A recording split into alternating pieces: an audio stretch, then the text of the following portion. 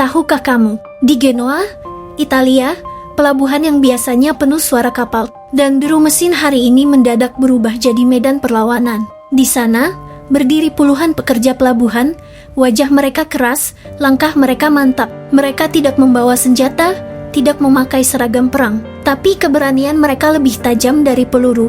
Mereka memblokade kapal kargo milik Arab Saudi, Bahri Yanbu. Kapal ini bukan kapal biasa. Dari Baltimore, Amerika Serikat, ia berlayar membawa muatan mematikan, meriam oto melara, tank, kendaraan lapis baja, dan perlengkapan militer berat lainnya. Semua diduga akan berakhir di tangan Israel.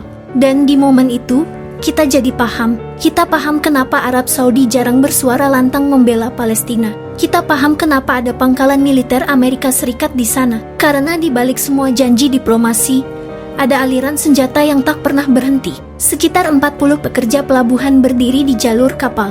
Mereka menolak keras proses bongkar muat. Alasannya jelas, mereka tidak mau tangannya berlumur darah rakyat Palestina. Serikat Buruh USB di Italia pun bersuara lantang. Membantu mengirim senjata, sama saja ikut dalam kejahatan perang. Mereka bahkan menerbitkan manifesto tenaga kerja menolak perang. Pesannya tegas, operasi militer bukan layanan esensial, dan mogok demi menghentikan perang adalah hak sah para pekerja. Dunia pun menoleh.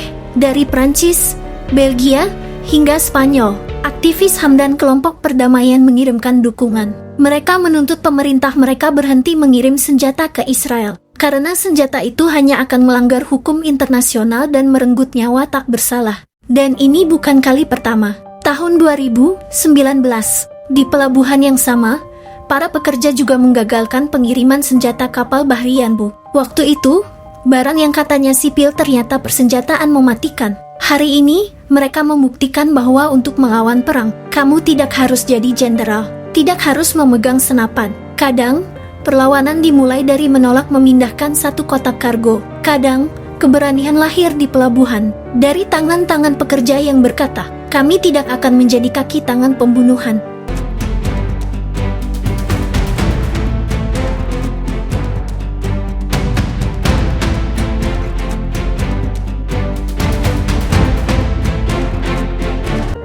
Di balik itu, perang memang telah berhenti. Israel dan Hamas sepakat melakukan gencatan senjata. Tapi, siapa bilang penderitaan rakyat Gaza ikut berhenti? Hari ini, di tengah puing-puing yang dulu disebut rumah, anak-anak masih menangis kelaparan. Krisis pangan melanda, air bersih nyaris tak ada. Dan meski perang sudah dihentikan, bayang-bayang tentara Israel masih menghantui setiap langkah mereka. Membangun Gaza kembali seperti dulu, nyaris mustahil.